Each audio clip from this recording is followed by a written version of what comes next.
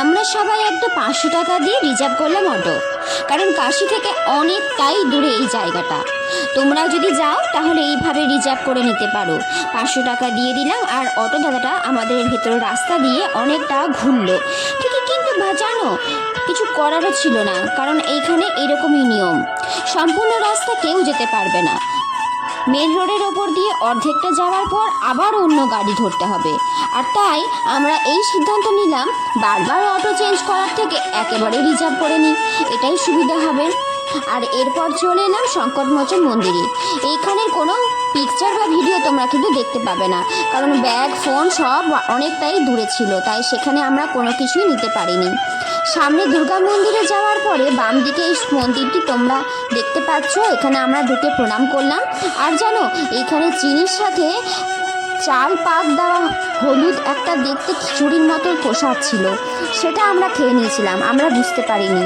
আর ব্যাস সেটা খেয়েই আমাদের শরীর খারাপ হয়ে গেছিলো।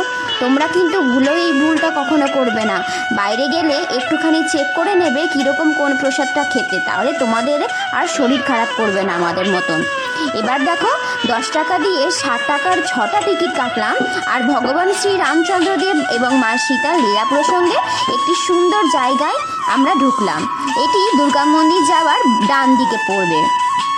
আর জানো এখানে আসার আগে বাইরে একটা বোন কতগুলো পেন বিক্রি করছিল, আর পেনগুলো বেশ লম্বা লম্বা, তোমরা হয়তো পেনগুলো সবাই দেখেছো, অনেক লম্বা লম্বা পেন, এক একটা 10 টাকা করে। তো আমি ভাবলাম সন্ধেবেলায় বোনটা বিক্রি করছে, আর দেখে খুব মায়াও লাগলো, তো দুটো পেন কেন নেব, 5টা পেনই নিয়ে নিই। তো 50 টাকা দিয়ে 5টা পেন নিয়ে নিলাম, আর তারপরে আমরা এই ভেতরে ঢুকে গেছিলাম। আর এই ভেতরটা দেখো ভগবান শ্রী রামচন্দ্রের, মা সীতা এবং পবনপুত্র হনুমানজির সবগুলো লীলা এখানে দেখানো হয়েছে। কত সুন্দর লাগছে, সত্যি দেখে মন ভরে যাচ্ছে। চোখের সামনে এতগুলো সুন্দর ফুটিয়ে তোলা চিত্রগুলো আবার সেই রামায়ণের কথা, বইয়ের কথাটা মনে পড়াচ্ছিল। আমার তো ভীষণ ভালো লাগছিল, আর সবারই এখানে খুব পছন্দ হয়েছে এই জায়গাটাতে এসে। দুর্গা মন্দির যাওয়ার উদ্দেশ্যে আমরা বেরিয়েছিলাম, কিন্তু যাওয়ার সময় পথে বাঁ দিকে ওই মন্দিরটি, আর ডান দিকে এই পুরো হল। এই হলের মধ্যে এত সুন্দর এই জিনিসগুলো। তোমাদের কেমন লাগছে অবশ্যই আমাদেরকে জানাও, আর জানাতে কিন্তু ভুলবে না। দেখো তো কি সুন্দর লাগছে না দেখতে, কত রকম ধরনের ছোট ছোট গল্পের আকারে এখানে তুলে ধরেছেন। সত্যি ওনাদের হাতের কাজ অপূর্ব অপূর্ব সুন্দর, কি সুন্দর নিখুঁতভাবে পুতুলগুলোর মতন করে একদম দেখিয়ে দিচ্ছে, বুঝিয়ে দিচ্ছে প্রত্যেকটা জিনিস। তোমরা দেখো এখানে কত সুন্দর লাগছে।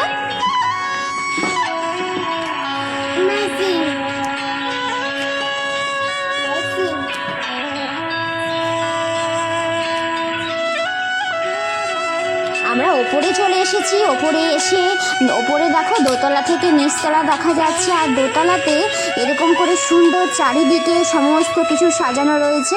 আমরা দেখে ভালোভাবে সেখানে ঘুরলাম, আর ঘুরে দেখো নিচে যখন এসেছি, এই দেখো পুরো হল রুমটা দেখতে পাচ্ছ, কত বড়, মস্ত বড় একটা হল রুম, কি ভালো লাগছে জায়গাটা দেখতে। আর আমার মা বলছে, বাবা রে কত বড় ঘরটা জুড়ে এই জিনিসগুলো করা হয়েছে। আমরা সবাই সত্যি দেখে অবাক হয়ে গেছি।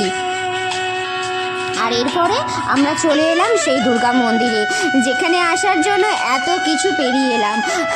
তারপরে আমরা সেই ফুল মিষ্টি ডালা নিয়ে নিয়েছি, কিন্তু এখানেও সেই একই নিয়ম। ওখানে নেওয়ার পরে কিন্তু আমরা আর কোনো কিছু ফটো তুলতে পারিনি, ভিডিও করতে পারিনি, কারণ সেখানে নিয়ম ওই আগের মতনই, কোনো কিছু অ্যালাউ নয়। আর তারপরে পুজো দিয়ে বাড়ি চলে গেলাম, খাওয়া দাওয়া করে রাত্রে ঘুমিয়ে পরের দিন সকালবেলায় চলে এসেছি স্টেশনে। আর স্টেশনে আমরা দেখো সবাই বসে রয়েছি, যাব একটা অন্য জায়গায়। বলতে পারো আমরা এখন কোথায় যাচ্ছি?